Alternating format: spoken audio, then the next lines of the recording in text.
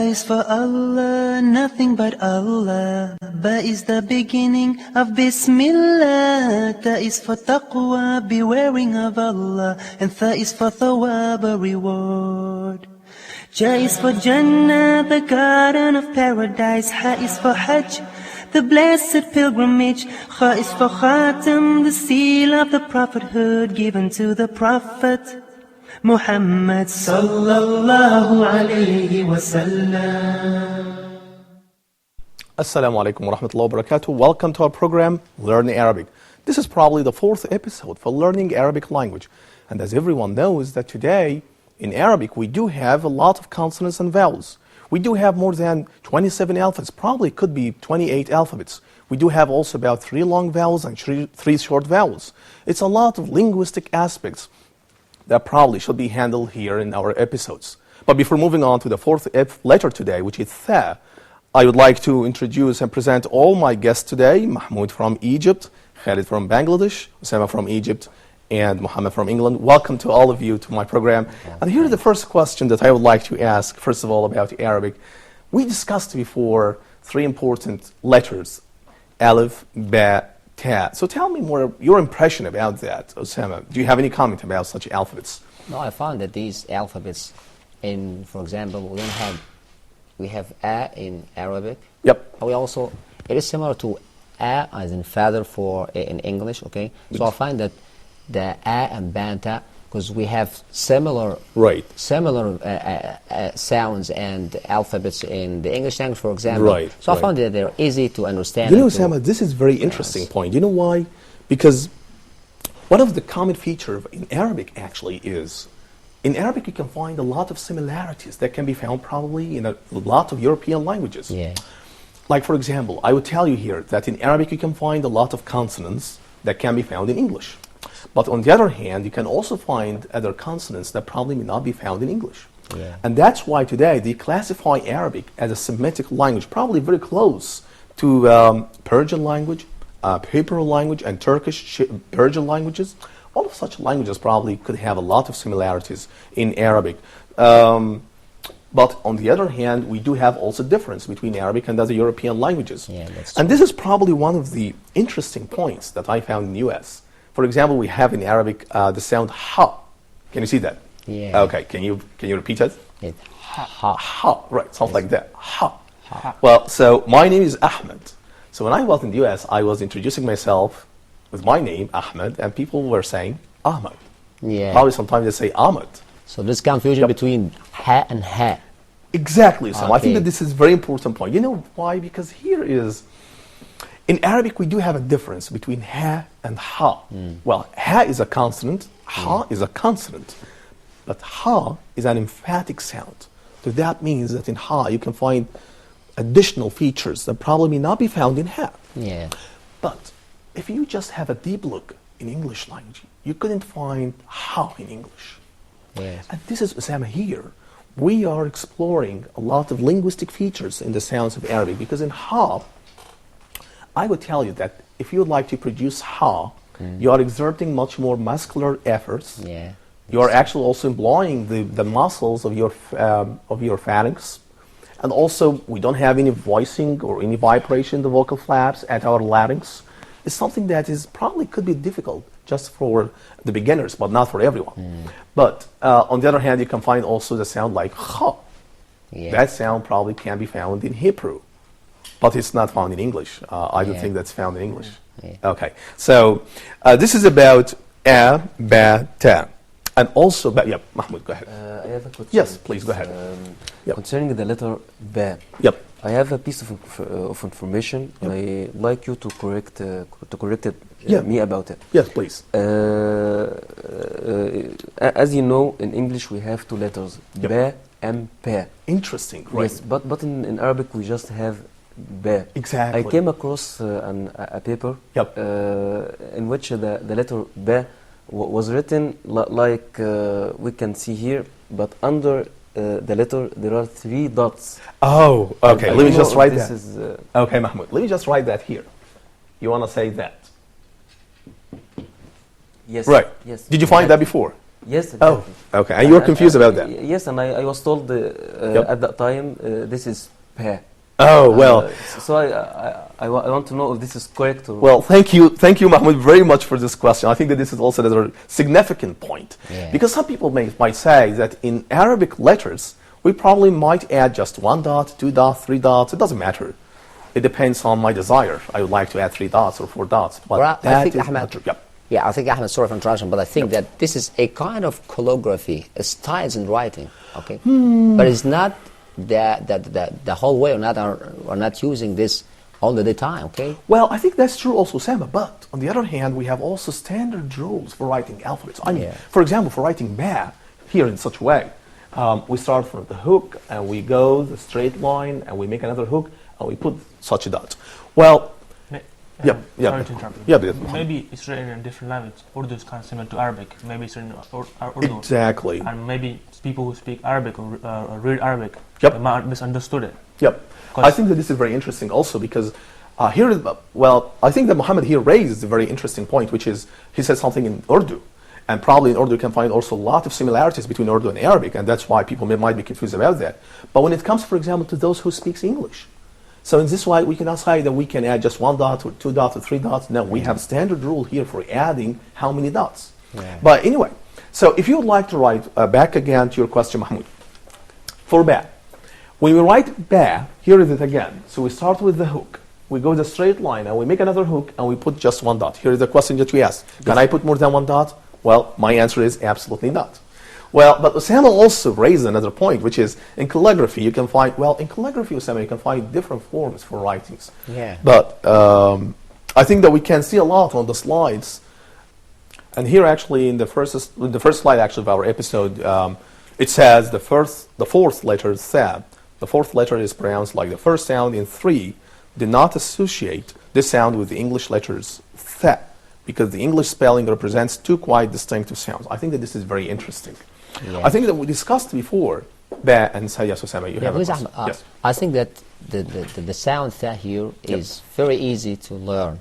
I think because we have in English tha, as in we have just said thin. Exactly. It is an interdental sound. Yep, But that's produce right. it with a- yeah, That's right. And you know, Osama, here I would like just to have a comment on this point. In Arabic we have tha, but in English you can find the th. Here is that. Here's my main point. In th, it can be pronounced as tha, like for example 3. But look at this. Can you see that? Yeah. So what we have here is another different sound. Yes. Can you see such a feature that in English sometimes you can find 2 letters probably represents 2 sounds? Something like that is not found in Arabic at all. Absolutely But right. I think that I agree with you on this point, which is tha is very easy sound to be pronounced, especially for English language speakers, Yeah. because they already have the sound in their language. Yes. But how about, for example, ta? Or how about, for example, I think kha? I know, Osama. You know, lots of different. people, right? I mean, people sometimes, when I say my name, for example, Ahmed, in the U.S., people say Ahmed Yeah. or Ahmad or Ahmed. Sometimes they can't pronounce it, and that's because they don't have something like that in their phonetic system, in their language. But anyway, so here is the tha. This letter in Arabic represents the sound in 3, not the sound in that. Right, I think that's true. So here is the first one that we've got to learn, which is, in Arabic we do have now a, which is alif, Yeah. ba, and ta, and tha. Then we Can you say- repeat it? Yes. Tha. Tha. And I think that would be very easy actually, because if I explain to you how can we pronounce it, yes, But Mahmoud, go ahead. excuse me, I have a question Yeah, sir. also about a. Yeah. In English, we can say a, but I am asking about the hamza, which Oh, is I think that this is, you touch a very sensitive point here because, well, the basic letter here is the alif.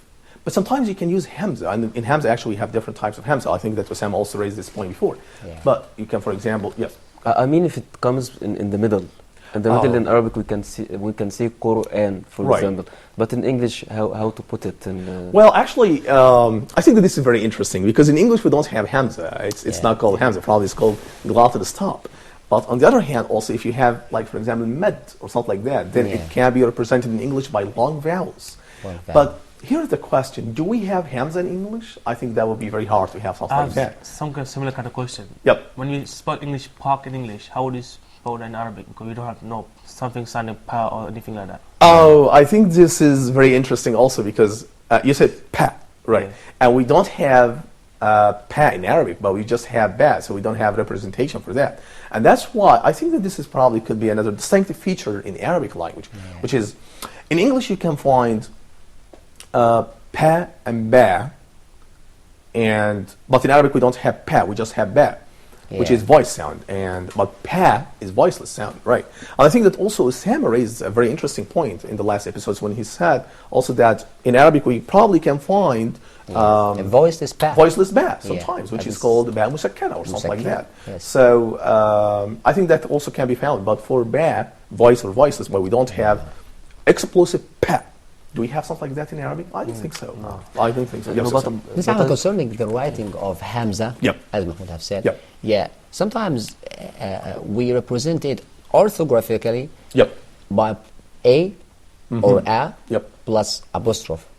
Because we don't have such shape in the English language. It is difficult even. I see. Okay. I see. Also, we have in Arabic a non-linking Hamza, Yep. which may be called Hamzat Qata, Hamza Qata, right? and a linking Hamza, which Yep. is Hamzat Wasl. Yep. That's Such right. things do not exist in English or any other language. Exactly. That's probably the linguistic features that can be found in Arabic, and that's why in our episodes we're going to learn more about the distinctive features of Arabic that probably can be found in Arabic but may not be found in other languages. Yes, Mahmoud, you have a question. Concerning the point of representation, Yep. which Muhammad Yep. talked about, I think we have to have in every language a transliteration system, Exactly. which can solve the problem of representation. Yeah. Excellent. I think that this is a very interesting point. You know, Mahmoud, that in Arabic we already have the transliteration system. And as you know that in English we do have, for example, the system of transcription. That means that if you like to pronounce any word, you have to look at the transcription of the word. We do have also that in Arabic. You can find that in the first pages of any Arabic dictionary. You can find that. So transliteration is already available. And I think that the transliteration probably could help anyone just to explain and make interpretation for how can we pronounce the words in Arabic. I'm talking here about the pronunciation system. I think that this is very interesting questions. We're going to discuss more about that, ladies and gentlemen. We have a lot of questions. We have a lot of interesting points about the Arabic language. We're going to discuss them in the second part of our episode. Stay tuned.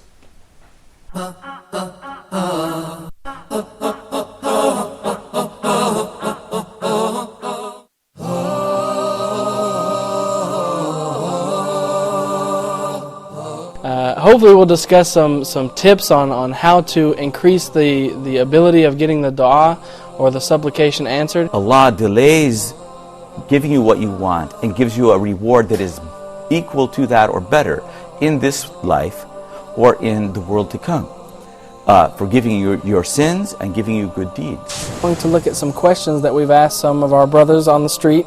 We asked them, should Muslims have a dialogue with other religions? We're going to need some stability. So it doesn't matter where we live, we need to care for those ones to give them the rights that Allah gives. This life is not the eternal life. It is a test. Particularly for the youth of today.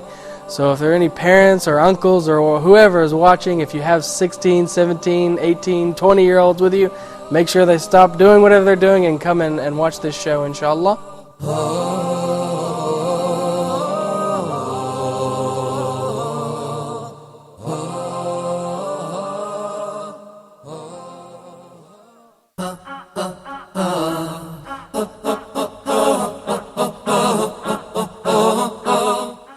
Assalamu alaikum wa rahmatullahi wa barakatuh. Welcome to the second part of our episode Learning Arabic. I think that we discussed now the fourth alphabet in Arabic, which is Tha. I think that Muhammad does have a question. Yeah, Muhammad, my please. question is the pronunciation of Tha and Tha. Sometimes myself, when I'm reciting or saying the word starting from Tha, I end up pronouncing with Sin. Right. To be kind of similar to Tha and Sin. Oh, I think that this is very, very interesting. And it's something like those who are learning English language, sometimes they say think, but sometimes they might be confused about the word sink. Yeah. Right. Can you see that? Yeah. So it can be found in English, but in Arabic, well, in English, actually, if you make something like that, you are changing the complete meaning of the word. There's a great difference between think, and look again to the tip of my tongue, think and think. And Can you see that? Right. And also, it's the same in Arabic. In Arabic also, we do have this sound, which is sa, is described in Arabic as sin. Yes. Here is it. I think that we will discuss more about this alphabet in the following episodes. But of course, sa is different from tha. Yeah. Can you see that? Very distinctive features from both letters is that is tha. Tha is interdental sound. Can you see that? Tha. And interdental here means that the tip of the tongue comes out and probably comes between the upper teeth and lower teeth. Yes. So that's why it is described as interdental. Interdental. Tha. But sa, it's not in this way. Sa, the tip of the tongue probably could be very close to the alveolar ridge. Even Ahmed, native speakers of Arabic also get confused in pronouncing the two words. For example, the word sky or as-sama. They may say as-sama. As-sama, so right, it changes sometimes. completely changes the meaning. I know, and that's probably happening even among the Arabic language speakers. I agree with you about that. I mean, yes, I found a lot of people probably may be confused about the two letters, but to pronounce it correctly, you have to differentiate between sa and tha. So again, in sa, yes, you have a question, Khalid. Yeah, I want to know, yani, most English-speaking people, they know they mix up with the alif and ayn. Alif and ayn. Yep, that's right. Well, alif probably here is the first alphabet in Arabic, but alif, this is a letter. It's not sound. When we pronounce it, we don't say alif, we say a. Yeah. Can you see that? And of course, if you like to learn language, then you have to differentiate between letter and sound. Well, but this is about alif, which is a. But ayn, when we pronounce this letter, we say a. And of course, there is a great difference between both. And I think that is probably may not be found in any other language. Probably it's sorry to interrupt you. Yep, myself, being the new Arabic learner, I've kind of very difficult to pronounce. Make the voice ayn from inside. Ayn, right. Sometimes Right. I'm reading in a speed, Right. in a fully, I just say alif and not pronouncing ayn properly. Right. And But that is problem. however, I think they are near and they are coming from near Place of places. Exactly, the place of articulation. Place of Mahmoud. That's articulation. right. I think that when you say is that what's happening here is that we have the muscles of our pharynx and that they are constructed together. They are very close together. And that's why a lot of people probably who cannot speak Arabic, they will find difficulty in pronouncing such sound. But again, if you just ask me about the difference between ayn and alif, I would say that alif in pronunciation it's a vowel, but ayn probably it's not a vowel, probably it's a consonant. And if you just repeat pronouncing the two letters together, then you can find a and a. Can you repeat it? Right, something like that. So, One is voiced and one is and the other is voiceless. I think that is, well, of course this is voiced, of course, because this is a vowel. One of the common features in vowels, in English or in Arabic, that all of them are voiced. Or voiced, But I think that you can check whether it's a voice or voiceless. Just put your hand at your Adam's apple and you can say, So we'll find some vibration here. The vocal exactly. cords. So you can find a lot of vibration here at your vocal flaps, and that's why you describe sometimes as voiced. But again, for example, Osama, I think that raised a very important question, because when he said, for example, Ahmed, can we find ba probably could be voiceless? Sometimes you can find that. But in a probably may not be found in this way anyway. So this is about the fourth letter in Arabic. We just are discussing it. So back Ahmed to the letters. Can I show you how I write it? You may write and I'll tell you how to write it. You will make here, for example, a small stroke from up to down. Okay. And then a straight line. Okay, let me start with that. With your description. Okay. So say it again, Osama. A small stroke. Okay. Okay. Or a hook. Okay. This way. No, from top to down. From top to down, right? And go then, straight line. The straight, And make another hook. Okay. So what about the dots? How many dots here? Okay. I think that is a very important question also, because in Arabic we have classifications for a lot of letters. Like for example, we have in Arabic ba, ta, tha. All of them are classified. All of them are very similar, even in their shapes. And we have also ha, kha, ja. Or jim, ha, ha. Sometimes it's very difficult to understand where to put the dots. You might accidentally put it down and up. So exactly. I think this is here. Here is the main point for the three letters together, which is ba and tha and ta. Okay. So let me start first, once again. Here it is. With ba. We learned before that if you'd like to learn ba, we make a small hook here, and we go straight line, and we make another hook here at the end of the tail. Yeah, And and we just- even this straight line, we make it from right to left. Exactly. This is very important, Osama. Yeah. Please, if you're writing a letter in Arabic, don't start from the left to the right side. You should start from the, please. In this way, if you're writing back, for example, don't write that in this way. Well, that's wrong. Can you see the direction of my movement from the left side to the right side? Even this is the same shape. Even if it's the same shape, Yeah. Osama, right? Even if it's the same shape. But the right way to write the alphabet in Arabic is to start from the right side to the left side. Yep. So here is about ba. Can you see that? Once again. And we put just one dot below, under the letter. Yes. Okay, well, this is I think about ba. Yep. My question with the direction from right to left and left to right. Yep. You know, in English we write from left to right. Exactly. And sometimes when you write in the date, you always start from the left, and then you have to start from the right. So it's kind of difficult. Exactly. So new Right. speakers and Well, writers. I think that this is right. I still remember if the American style for writing the dates, for example, you should start with the month and after that the day and then the Yeah. year. And I think that the British system could be different. The British system, you should start the day and then day, the month and the month, year. yeah. But I think that we don't have that in Arabic, by the way. You can start with the number, with the day, and with the month, and with the year. Probably could be very close to the British style. Yeah. But if you like to write anything in Arabic, again, even if you are writing numbers, you should write also from the right side to the left side. So it's a very, very common rule in Arabic. All the letters, all the numbers are written from the right side to the left side.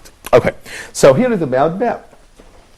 So regarding your question, Muhammad, about how many dots do we put here, I think that in ba we just start with one dot. One dot, yes. And probably some people might ask if we can just add more than one dot, probably two or three above or below, then we don't have that. Yes, in the regular way we don't have. Exactly, Sam, exactly. So just one way to put one dot below the letter. So this is about ba. But how about the following one, which is ta? Here is it. In ta, actually, it could be very similar to ba, with the exception that is in ta. Yep. So I think it is totally different because we have the dots here. We have Exactly. a double dot. Yep. And they are above the letter and not I think below it. ta and sa is probably closer than ba Yeah. and ta. Exactly, Yeah, I okay. think that's right. But again, when it comes to their the skeleton or probably their form, I think that you should start Yeah. with a very small hook here in this way. Let me just repeat that once again here. So we start with a small hook here, and then we go straight the line, and then we make another hook. And it depends on the dots, whether it's below or whether it's above. Yeah. If you put just the dots below, then you are making the letter ba. I mean, if you put the three dots, Three dots, then you are Below. changing Yeah. the letter completely to I another mean, sound. there's no such a letter in Arabic, three dots below. It has to be up. Exactly, that's right. So here's it. In ba, we just put one dot here, as we said before, but in ta, we put just two dots. And probably, any one of you probably might ask, do we have a specific size for the dots? I mean, should we make the dot as a big one or as a small one? It depends. Because I've seen people big dot and sometimes get confused. It looks like 3 or 2.5. Right. It doesn't look 2. They try and make like kites, small kites and dots. Exactly, I think that's true. Sometimes right. Yep. you can see it Without any dot. Just just a line. That's a line, just right? a line, yeah. Well, sometimes yes, you can find that, by the way, and also for the tha, you can find something like that in this way. Probably we have here different types of calligraphy. I've also probably. seen someone like drawing M's. Yep. So it goes 3 dots like that, and something like similar to M. Yep. Yeah, It's yeah. really good. Like you think Exactly. that was this M or a small M on the top or something. Right, right. Something like that, yeah. And what makes me sometimes confused is that I found a lot of Arabic language speakers probably when they write the alphabet, sometimes they don't use dots. Sometimes they forget to do something like that, and that probably can confuse you. But by the way, I have something to say Yep. here. The Quran, in the past, before it was compiled in one book, Right. it was without dots. Right. Right, I think that's right. When they came to compile it during the time of Abu Bakr or Uthman, Right. they put the dots when people, Muslims, differed around the pronunciation of some words like Sabgha or Sana'a. So, right, Yes. right. That's true. Absolutely. You're Yeah, yes. and then a confusion. Right. Yeah, but- And that's why I would say that dots today are very important in order to distinguish different letters inside the phonetic system of Arabic. Yeah. And I think, Ahmed, also in Yep. English we have also dots, but I think there are only 2 dots. We have in J and we have in I. Oh, I think And that's this is right. also especially in the lower case. but not in the uppercase. Exactly. I think Okay. that's absolutely correct, Osama. Yeah. I think that this is very important actually to talk more about the dots. And I still remember, I don't know who was the first one who probably proposed the idea of making dots in Arabic. Is that Abu al-Aswad al-Duali or someone like him? I don't know. Cannot but- remember. Oh, I don't remember actually, by the way. Yeah. But again, I think that that's very important actually to know and to learn more about the dots. And I think we can discover more about the Arabic letters in the following episodes. Ladies and gentlemen, my dear viewers, I think that when it comes in Arabic language, we have a lot to explain and we have a lot to discover. And I think that is one of the powerful secrets of learning Arabic language, is just to learn how can we write the alphabets and the letters in the right and in the correct form. This is Ahmed Abdel-Tawab Sharafuddin. Thank you for joining us. Assalamu alaikum wa rahmatullahi wa barakatuh. A is for Allah, nothing but Allah. Ba is the beginning of Bismillah. Ta is for taqwa, bewaring of Allah. And Tha is for thawab, a reward.